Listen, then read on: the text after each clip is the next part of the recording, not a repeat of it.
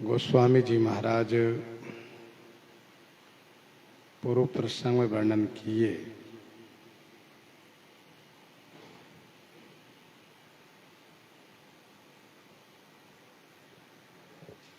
सभी को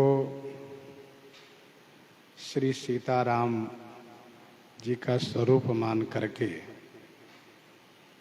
हाथ जोड़ करके प्रणाम किए तथा सबसे यह कहा कि आप सभी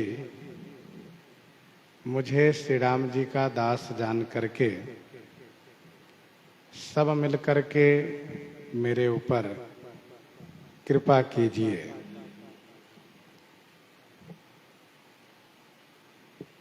मैं श्री राम जी की कथा गायन करना चाहता हूँ, परंतु मेरी बुद्धि छोटी है और चरित अथाह है। काव्य का एक भी अंग, एक भी उपाय मुझे दिखाई नहीं दे रहा है। मेरी बुद्धि जितनी छोटी है, मेरी इच्छा भी उतनी ही बड़ी है। मैं सज्जनों से प्रार्थना करता हूं कि वे मेरी धृष्टता को क्षमा करेंगे और मुझ बालक के वचन को मन लगा करके सुनेंगे। बालक जब तोतली वाणी से कुछ कहता है तो माता पिता सुन करके बड़े प्रसन्न होते हैं। वैसे सज्जन हमारे माता पिता के समान हैं। हम जो कुछ कहेंगे उसमें वाणी की त्रुटि नहीं देखेंगे, कविता संबंधित गुण नहीं देखेंगे, बल्कि मेरी वाणी सुन करके वे प्रसन्न होंगे। हंसेंगे कौन? कहा जो क्रूर है, निर्दयी है, कुटिल है, कुविचारी है, जो पराये दोष को भूषण रूप में धारण करने वाले हैं, वे अवश्य हंसेंगे। यदि कोई गोस्वामी जी से यह कहता हो कि आप स्वयं कविता बना रहे हैं, आप स्वयं कविता को पढ़ करके आनंदित होइए, तो इस संदर्भ में गोस्वामी जी कहते हैं कि निज कवित केहि लागननी का सरस हो अथवा अति फीका। निज कवित केहि लागन नीका सरस हो अथवा अति फीका।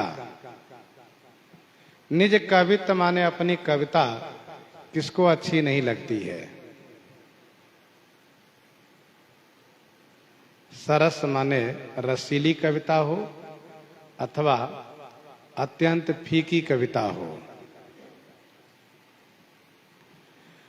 रस से युक्त कविता हो, जो काव्य के 9 रस है उन रसों से युक्त हो, अथवा अति फीकी कविता हो, काव्य से संबंधित कोई रस उसमें न हो।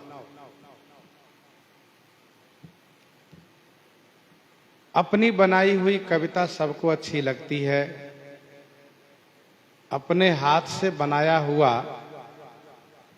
हर चीज सबको अच्छा लगता है।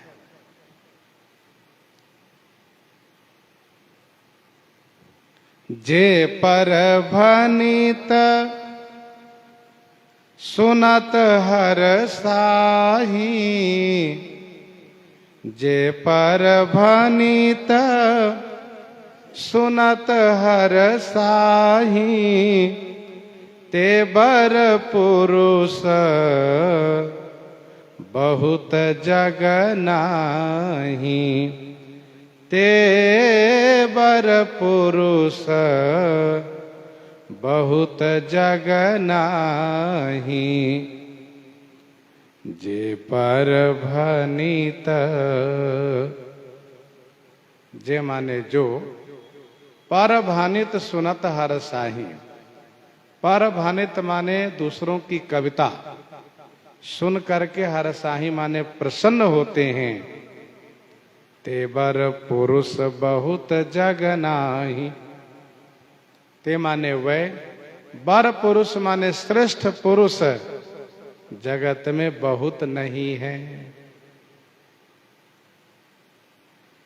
जो पर भानित सुन करके, पराई कविता सुन करके, पर कीर्ति सुन करके,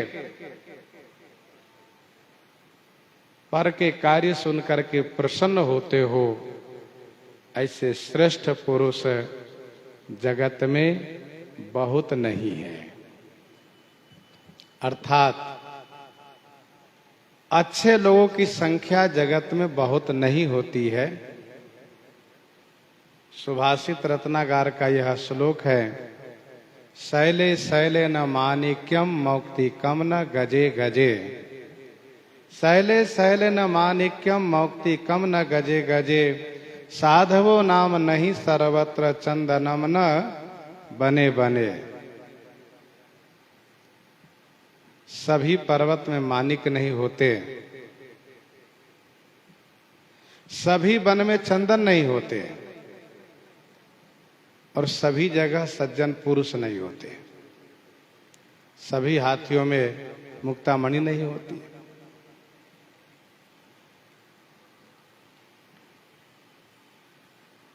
दोहावली 348 में गोस्वामी जी ने कहा, जलचर थलचर गगन चर। जलचर थलचर गगन चर, देव धनुज नर नाग। उत्तम मध्यम अधम खल, 10 गुण बढ़त विभाग। उत्तम की संख्या बहुत कम होती है। नर सहस्र मह सुनहु पुरारी, को एक होई धर्म व्रत धारी। जे पर भनित सुनत हर साही, ते बर पुरुष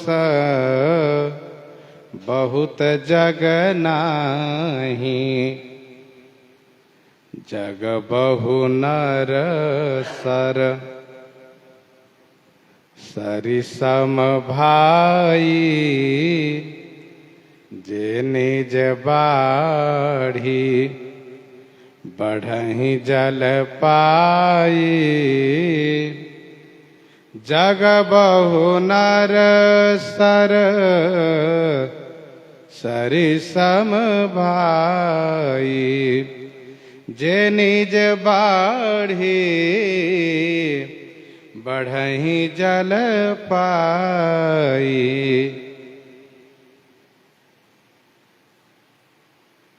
जग बहु नर सर सरि सम भाई, जे निज बाढ़ि बढ़हि जल पाई।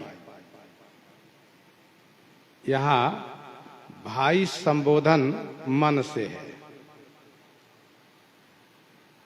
बुद्धि मन से कह रही है, हे भाई, जग सर सरि सम बहु नर। जग जगत में सर तालाब सरी नदी के समान बहुत से मनुष्य हैं।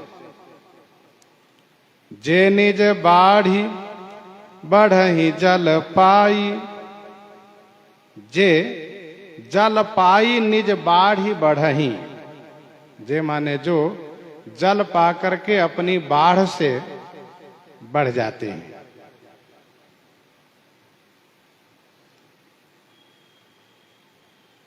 अपनी वृद्धि से, अपने उत्कर्ष से प्रायः सभी प्रसन्न होते हैं, लेकिन दूसरों की वृद्धि से, दूसरों के उत्कर्ष से यदि कोई प्रसन्न होता है तो वह कोई एक होता है। जो आगे की पंक्ति में कहा जा रहा है, वह सागर के समान कोई एक होता है। संसार में नदी तालाब बहुत है जो अपनी वृद्धि से, अपनी बाढ़ से बढ़ते हैं।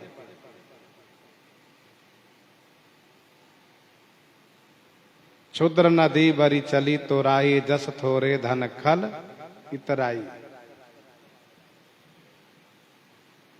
थोड़ी सी विद्या, थोड़े से धन पा करके अभिमानी हो जाते हैं, दूसरों को हानि पहुंचाने लगते हैं।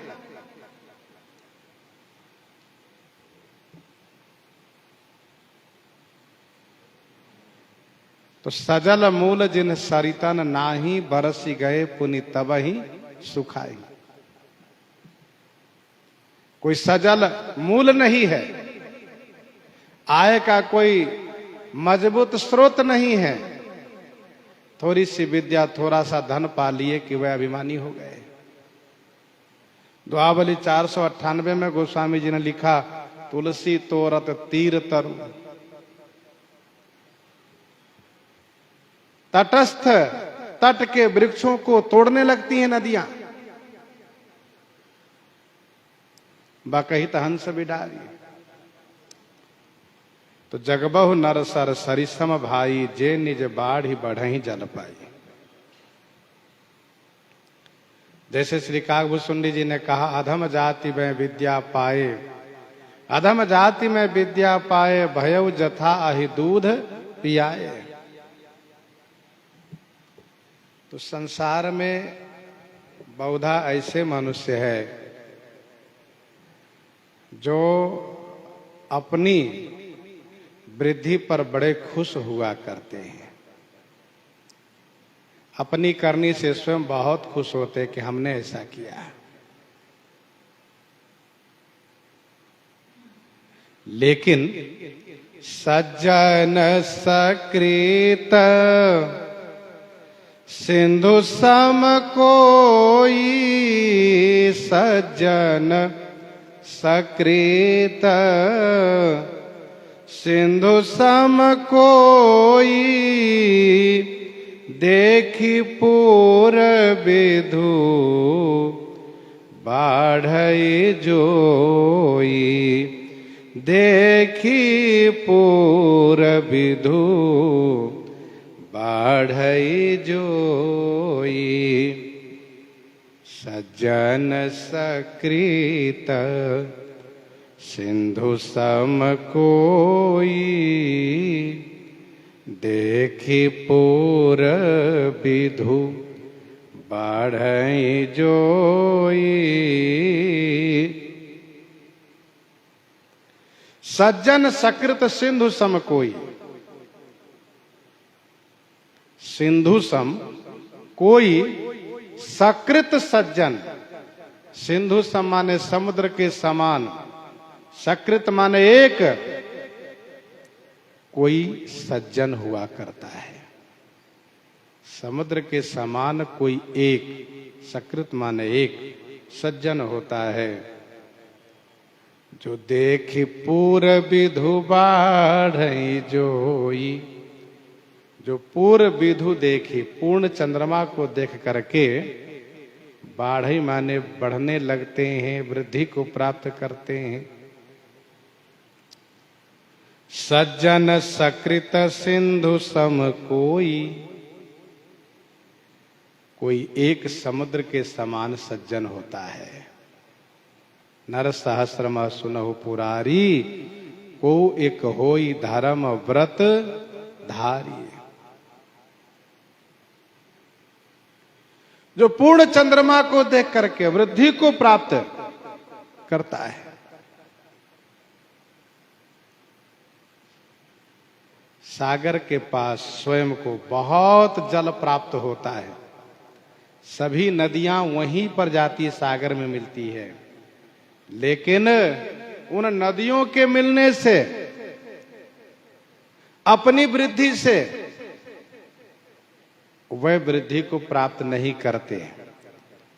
उनमें बाढ़ नहीं आती, उनमें ज्वार भाटा नहीं होता, तरंगे नहीं उठती, लहरें नहीं आती है। लेकिन जब पूर्ण चंद्रमा को सागर देखता है तो उसमें तरंगे उठने लगती है, लहरें उठने लगती है, जिसको ज्वार भाटा कहते हैं।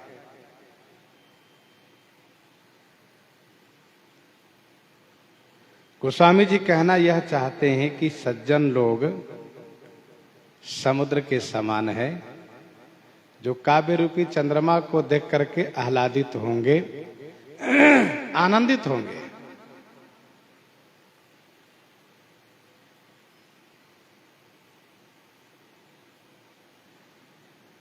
राका शशि रघुपति पुर सिंधु देखी हरसान, बढ़्यो कोलाहल करत जनु नारी तरंग समान, नारी तरंग समान।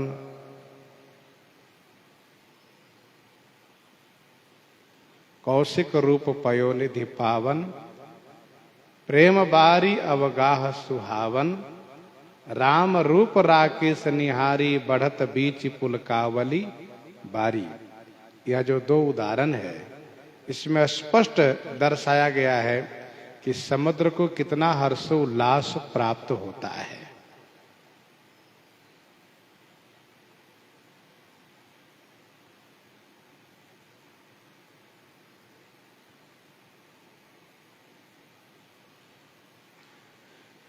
श्री राम जी के आगमन पर कितनी प्रसन्नता अयोध्या में हुई है,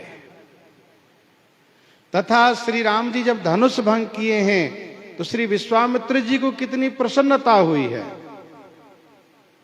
वहां गोस्वामी जी ने उदाहरण दिया है। श्री राम जी पूर्णिमा के चंद्रमा है, श्री अयोध्या जी सागर है, और अयोध्या की जो नारियां हैं वही तरंगे हैं। राका शशि रघुपति पुरा सिंधु देखी हरसान, बढ़्यो कोलाहल करत जनु नारी तरंग समान।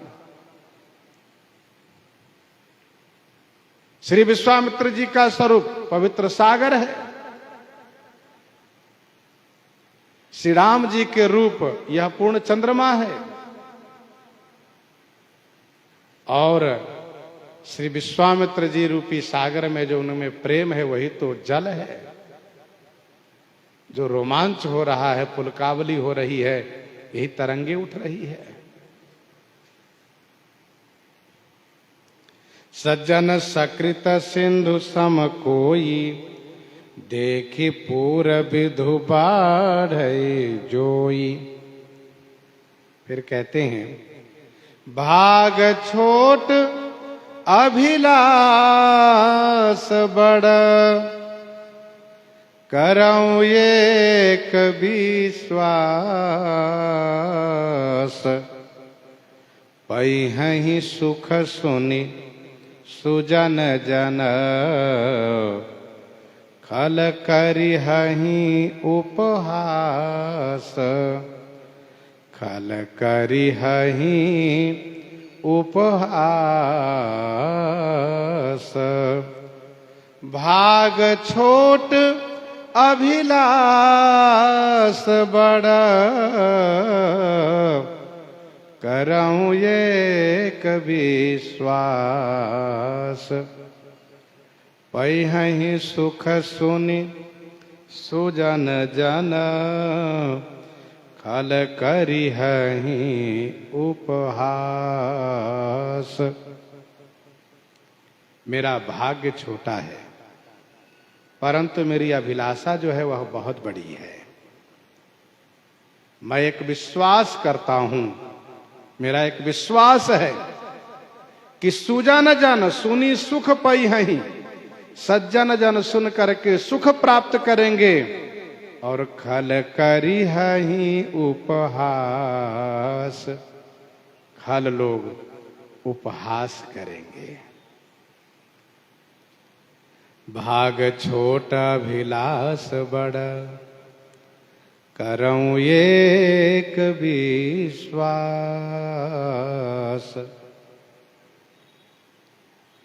मेरा भाग्य बहुत छोटा है।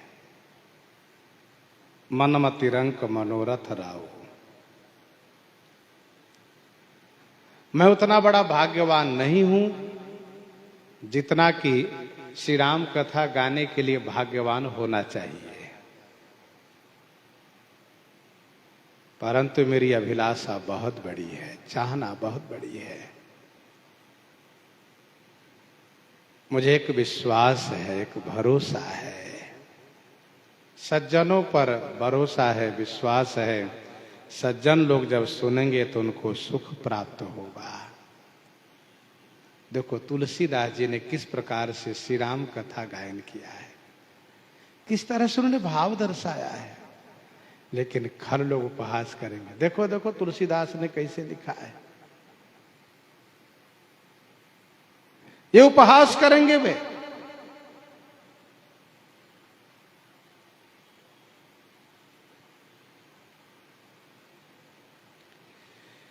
पांच योग से सज्जन लोग सुख पाएंगे, पांच योग से सज्जन लोग सुख पाएंगे।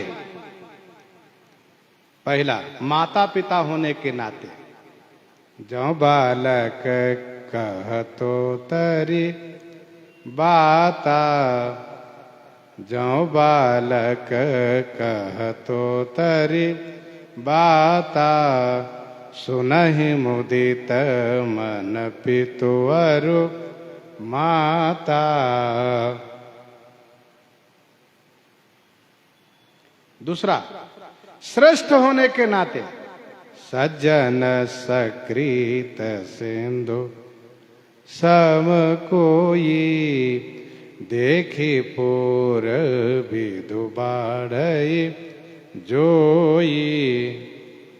तीसरा, श्री राम भक्ति युक्त होने के नाते, राम भगति भू सीत जिये जानी, राम भगति भू सीत जिये जानी, सुनी हहि सुजन सराहि सुबानी। श्री राम भक्ति युक्त होने के नाते। चौथा, श्री राम नाम युक्त होने के नाते, सब गुण रहित कुकविकृत बानी, सब गुण रहित कुकविकृत बानी, राम नाम जस अंकित जानी। सब गुण रहित कुकविकृत बानी, राम नाम जस अंकित जानी। सादर, आदर पूर्वक सुनते हैं।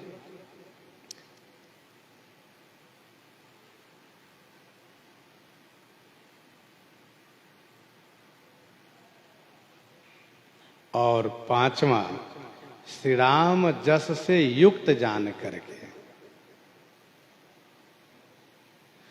प्रभु सुजस संगति भनीत भली, होई हहि सुजन मन भावनी, होई हहि सुजन मन भावनी। तो पांच योग से सज्जन लोग सुख प्राप्त करेंगे और पांच ही योग से खल लोग उपहास करेंगे।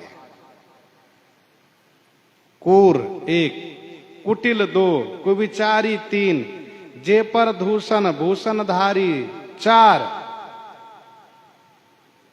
और पांचवा है जे निज बाढ़ी बढ़हि जल पाई, जे निज बाढ़ी बढ़हि जल पाई।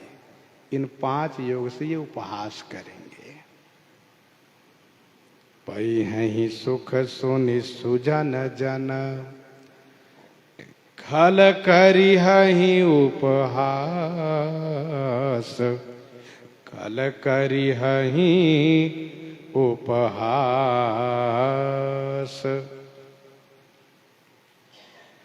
गोस्वामी जी महान संत हैं। इन्होंने कहा खल करी हैं उपहास, इसके बाद तुरंत कहा खल परिहास होई हित मोरा, काक कहहि कलकंठ कठोरा। खल परिहास होई हित मोरा। खल का परिहास मेरे लिए हितकर होगा। खल का परिहास करना यह मेरे लिए हितकर होगा। जैसे काक कहीं कलकंठ कठोरा। काग कहता है कि कलकंठ माने कोयल कठोर है, तो इससे कोयल का हित होता है।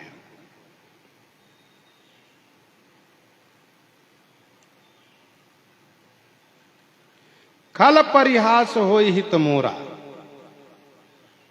क्यों? क्योंकि खल का वचन प्रमाणित नहीं होता है। खल यदि उपहास करते हो तो लोग कहते हैं ये तो इनकी आदत है, दूसरों की हंसी उड़ाना, दूसरों में दोष देखना। तो खल के परिहास प्रमाणित नहीं होगा, उनका वचन प्रमाणित नहीं होता है।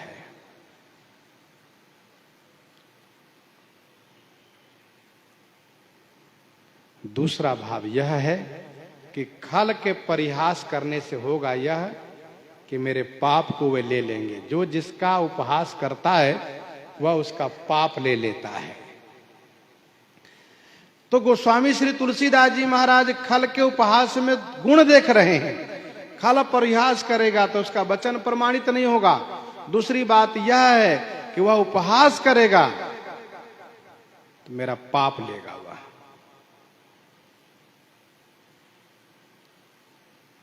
वैसे खल का अनादर ही हितकर होता है, खल का आदर हितकर नहीं होता है। रावण ने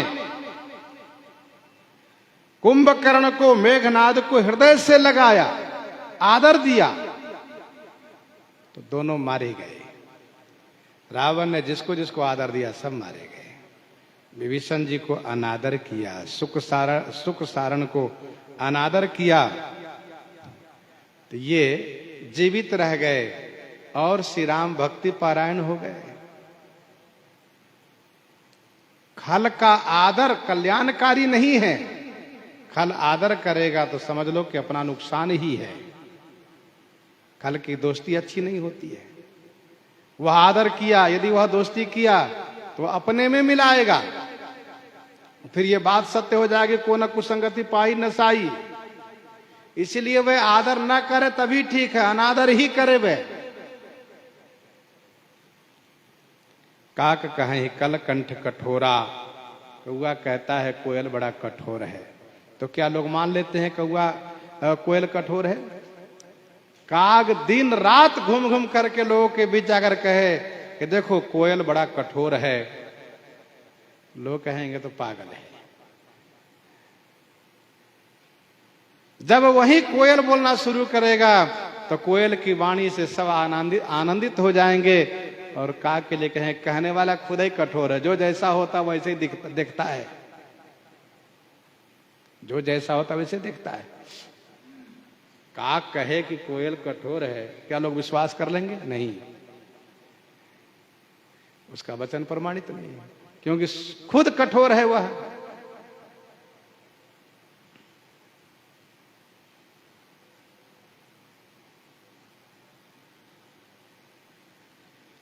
वैसे काग में और कोयल में कोई अंतर ज्यादा नहीं है। एक श्लोक है, काकः कृष्ण पिकः कृष्ण, काका कृष्ण पिकः कृष्ण, को भेदो पिक काकयोः। काकः कृष्ण पिकः कृष्ण, को भेदः पिक काकयोः। क्या भेद है? तो कहा प्राप्ते वसंत समय काकः, प्राप्ते वसंत समय काकः, काकः पिकः। बसंत ऋतु आने पर पता चलता है कि काग कौन है और कोयल कौन है। वैसे दुर्जनों के लाख बुराई करने के बाद उसका वचन प्रमाणित नहीं होता है। समय आने पर यह प्रकट होता है कि ये सज्जन है, ये दुर्जन है।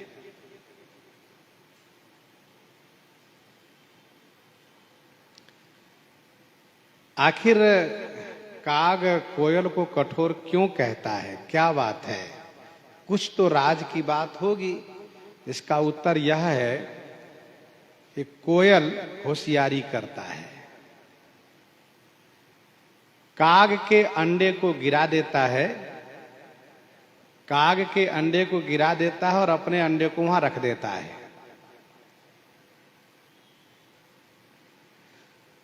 तो काग अपना अंडा समझ करके उसका सेवन करता है, उसका पोषण करता है। लेकिन अंडा फूटने के बाद जब वह कुहुकता है तब काग कहता है कोयल बड़ा निर्दयी है, बताओ मेरे अंडे को गिरा करके अपना अंडा रख दिया था। रंग रूप स्वरूप से तो बिल्कुल वैसा ही है, लेकिन जब वह बोला तब काग को लगा रे तो मेरा बच्चा नहीं है, मेरे साथ धोखा किया है। तब कहता है कि कोयल बड़ा क्रूर है, कठोर है।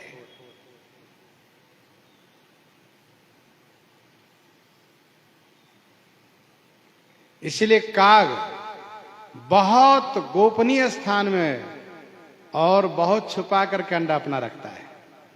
फिर कोयल पहुंच जाए तो बात अलग है, कोयल भी काला ही है। संतों ने कहा कि जो कोयल इस तरह से उसके अंडे को गिरा करके अपना अंडा रखता है, यह उसका अपराध है, यह उसका अपराध है।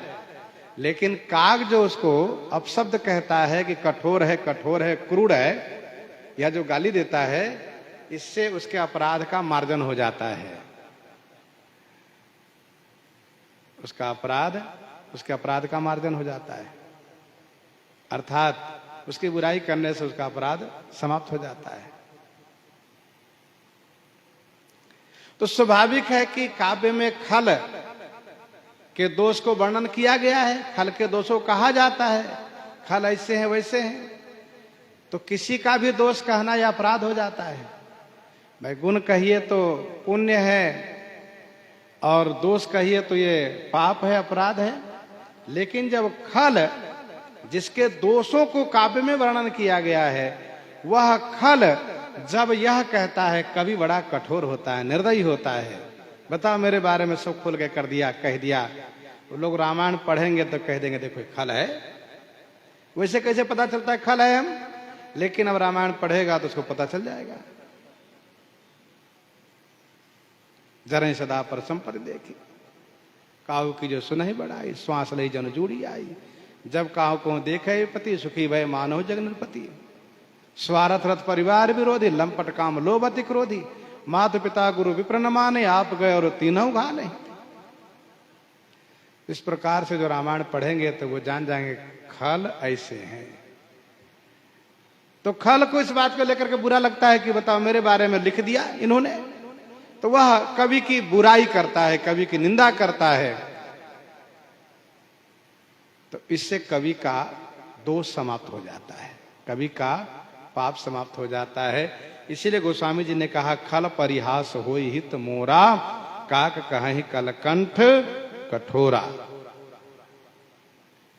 दोहावली 436 में गोस्वामी जी महाराज ने यह लिखा कि मधुर बचन कटु बोली बो, मधुर बचन कटु बोली बो, बिनु श्रम भाग अभाग। कुहु कुहु कलकंठ रव, काका कररत काग।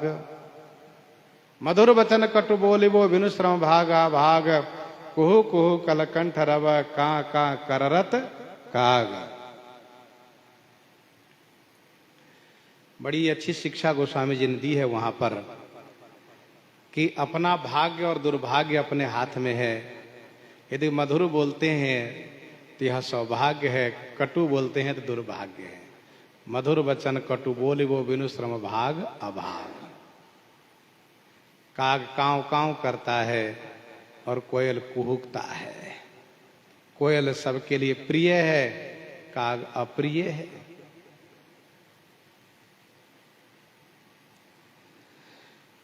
अच्छा, खल का परिहास हमारे लिए हितकर होगा। कैसे? कहा और लोग भी हंसते हैं।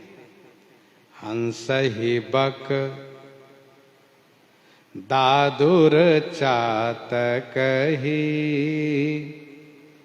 हंसहि मलिन खल विमल बतक ही। हंस ही बक, हंस को बगुला हंसता है, चातक को दादुर मेढक हंसता है, खल विमल बत कही, विमल वार्ता पर जो मलिन खल है वह विमल वार्ता, निर्मल वार्ता, धर्ममय वार्ता सुनकर के हंसता है। हंस ही बक दादुर, यहां पर दादुर और गादुर दोनों पाठ है। दादुर पाठ इसलिए रखा गया क्योंकि दादुर और चातक मेघ के प्रेमी है, लेकिन चातक का अपना टेक है, तो चातक के टेक पर दादुर हंसता है। और गादुर पाठ का अर्थ होगा चमगादुर। दादुर मेढक में नहीं माना जाता है, लेकिन चमगादुर चरम मेढक पक्षी में नहीं माना जाता है, लेकिन चमगादुर पक्षी में माना जाता है। लेकिन कुछ संतों ने यह कहा कि चमगादुर पक्षी जैसे है भी नहीं, उसके कान होते हैं, वह हवा में उड़ता है और प्रकाश में उसको दिखता नहीं, कहीं चिपका रहता है, उल्टे टंगा रहता है, अंधेरे में उड़ता है वह।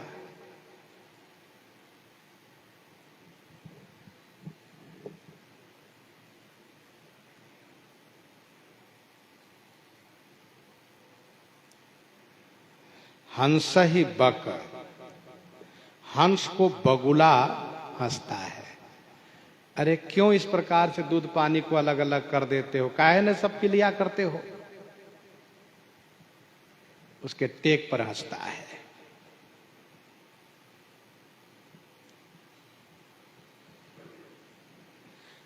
खल क्रूर है, इसलिए प्रथम चौपाई में यह कहा कि का कहें कलकंठ कठोरा। खल कुटिल है, इसलिए कहा हंस ही बक दादुर चातक ही। दादुर चातक ही में खल की कुविचारी, खल कुविचारी इसलिए कहा दादुर चातक ही।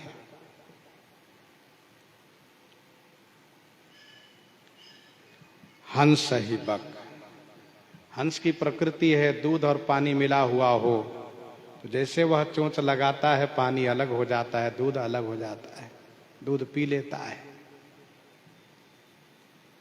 बगुला ऐसा नहीं कर सकता। बगुला कहता है तुम्हारी प्रसिद्धि इसीलिए है कि तुम अलग अलग करके पी लेते हो, एक साथ पियो तो हमारा भी सम्मान बढ़े। अरे हमारे में और तुम्हारे में थोड़ा ही तो अंतर है। एक बगुला ने कहा रुको मैं भी हंस बन के दिखाता हूं।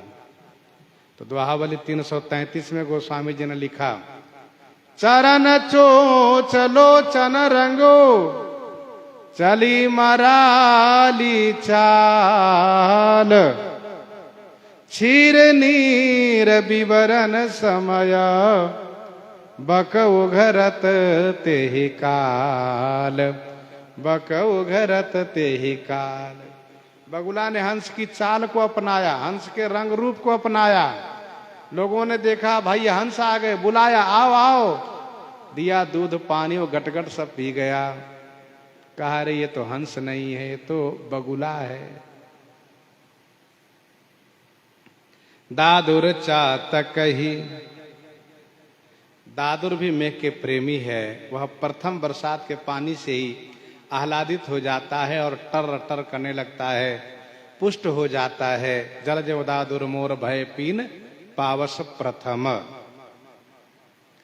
वह चातक के लिए हंसता है कि बताओ तुम टेक बना रखे हो, केवल स्वाति के पानी पीते हो, पीऊ पीऊ पीऊ करते रहते हो, केवल स्वाति के पानी पीते। देखो कितनी वर्षा हो रही है, मैं कितना उदार है, देखो इतना पानी बरसा रहा है, पूरे भूमंडल को पानी पानी कर दिया, लेकिन तुम फिर भी नहीं पीते हो, प्यासे मरे जा रहे हो। ठीक है, भूमि पर गिरा, भूमि पर रहने वाला पानी मत पियो, लेकिन आकाश से जो मेघ पानी बरसा रहा है, कोई भी पानी पियो। अब टेक बना रखे कि नहीं, मैं तो केवल स्वाति का पानी ही पीऊंगा। दुआवली 277 से लेकर के 313 तक चातक की अनन्यता को लेकर के गोस्वामी जी ने दोहा लिखा है। एक भरोसो एक बल एक आस विश्वास, एक राम घन श्याम हित, चातक तुलसीदास, चातक तुलसीदास।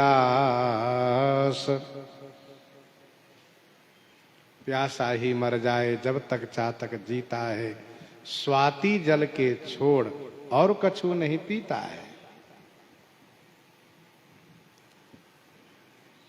तो दादुर चातक को, बगुला हंस को हंसता है, वैसे ही खल लोग,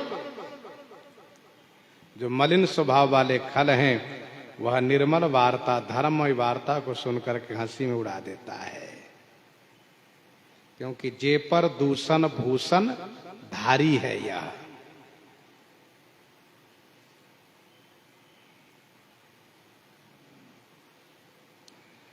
वहां जो ऊपर की चौपाई है, पूर्व की चौपाई है, हंसिया ही कूर कुटुल को विचारी, जे पर दूषण भूषण धारी, यहां पर दिखा दिया गया।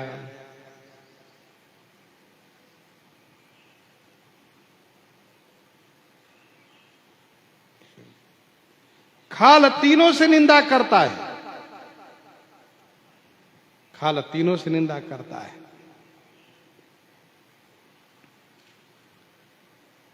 वचन से निंदा करता है, का कहीं कलकंठ कठोरा, कर्म से निंदा करता हंस ही बक, और मन से निंदा करता है दादुर चातक ही।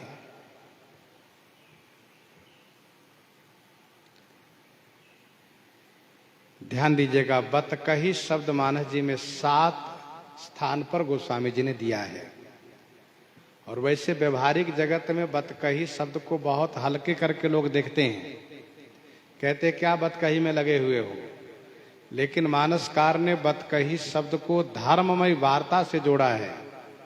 धर्म पूर्वक जो बत कही है उसको लेकर कहा कि बत कही। 7 ठौर 7 स्थान में यह शब्द गोस्वामी जी ने रखा है, और वैसे श्रीमद् रामचरितमानस जी में 7 सोपान है, मानो एक एक सोपान के लिए एक एक शब्द रखा है। हंस ही बकदादुर चातक ही, हंसे मलिन खल विमल बत कही। एक दूसरा है बालकांड में ही, करत बत कही अनुज सना, मनुष्य रूप लोभान, करत बत कही अनुज सन। तीसरा है अरण्य कांड का प्रसंग है, उत्तरकांड की चौपाई है, 10 कंधर मारीच बत कही, जही विधि भई सो सब ते ही कही। चौथा है किष्किंधा कांड में, यही विधि हो बत कही आए बानर जूथ। और 5वां है लंका कांड में, सुंदर कांड के प्रसंग में जोड़ सकते हैं, तब बत कही गूढ़ मृगलोचनी। 6वां है लंका कांड में ही, काज हमार तासु हित होई, रिपुसन करहु बत कही सोई। और उत्तर कांड में गोस्वामी जी ने लिखा, निज निज गृह गए आयसु पाई, निज निज गृह गए आयसु पाई, बरनत प्रभु बत कही सुहाई, बरनत प्रभु बत कही सुहाई।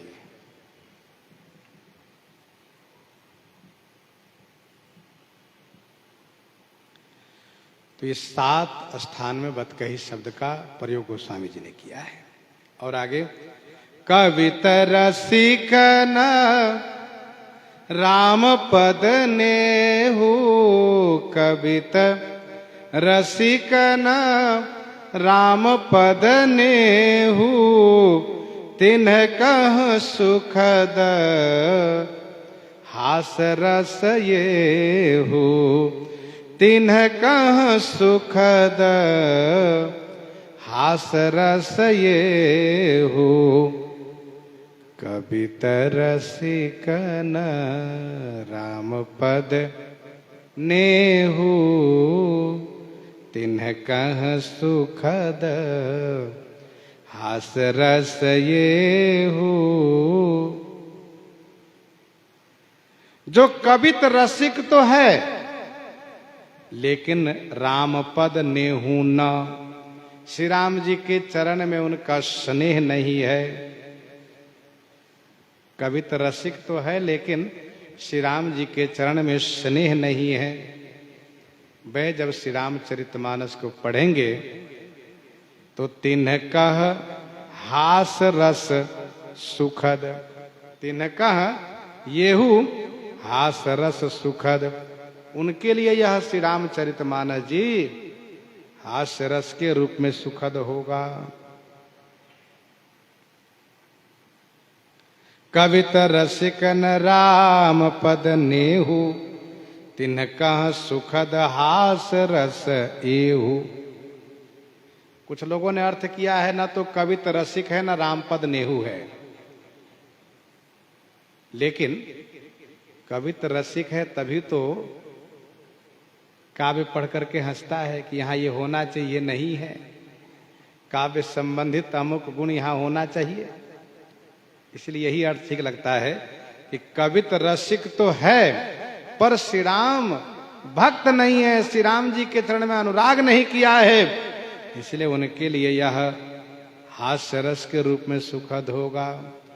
पढ़ करके वह हंसेंगे।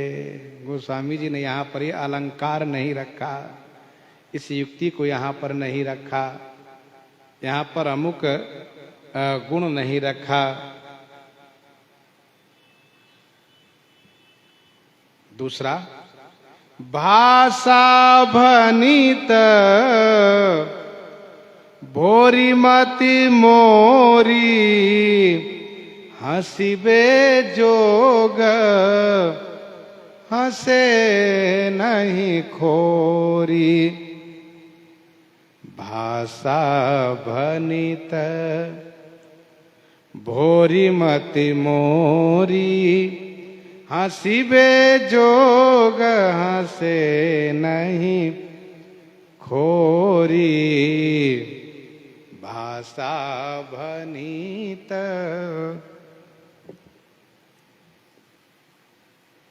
गोस्वामी जी अपनी साधुता का परिचय दे रहे हैं कि जो हंसेंगे उनको हंसना ही चाहिए, क्योंकि मेरी भनिति माने जो कविता है वह भाषा में है, हिंदी भाषा में है, ग्रामीण भाषा में है, विभिन्न क्षेत्रों की भाषा में है। और मेरी मति भोरी,